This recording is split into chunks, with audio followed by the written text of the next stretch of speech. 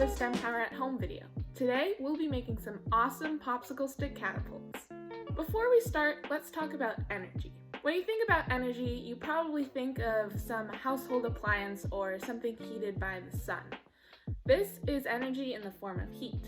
But there are also types of energy that don't have anything to do with heat at all.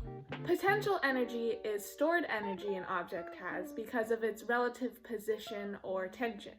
For example, when you hold a ball above the ground, it has potential energy because when you release it, it will fall to the ground. When it falls to the ground, that potential energy is converted into kinetic energy, which is the energy an object has due to its motion. The faster an object moves, the more kinetic energy it has. Now, let's get started with the activity to see how energy relates to popsicle stick catapults.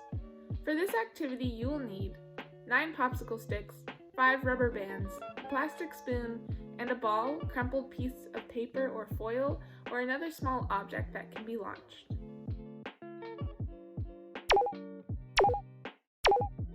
First, stack 7 of your popsicle sticks on top of each other and secure each end with a rubber band.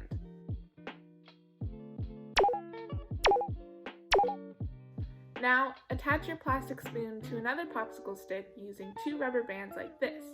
Place the plastic spoon popsicle stick combo on top of your last popsicle stick and secure the bottom end with your last rubber band.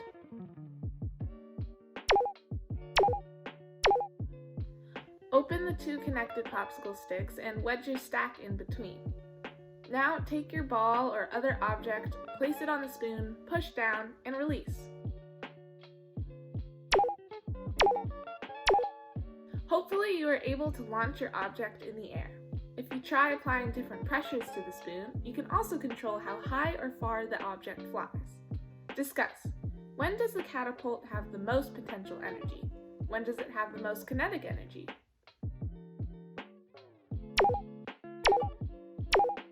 Because pushing the spoon down causes tension in the catapult that results in a flinging motion when released, the catapult has the most potential or stored energy at the moment you've pushed the spoon all the way down.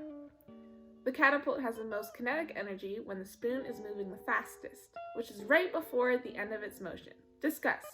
When does the flying object have the most potential energy? When does it have the most kinetic energy? The flying object has the most potential energy when it is highest in the air because it will fall and accelerate for the most amount of time from that point. The object has the most kinetic energy right before it hits the ground because it has accelerated and increased speed throughout the entire fall from the highest point. I hope you enjoyed the experiment today. Click here to watch more STEMpower videos and click here to subscribe. Bye everyone!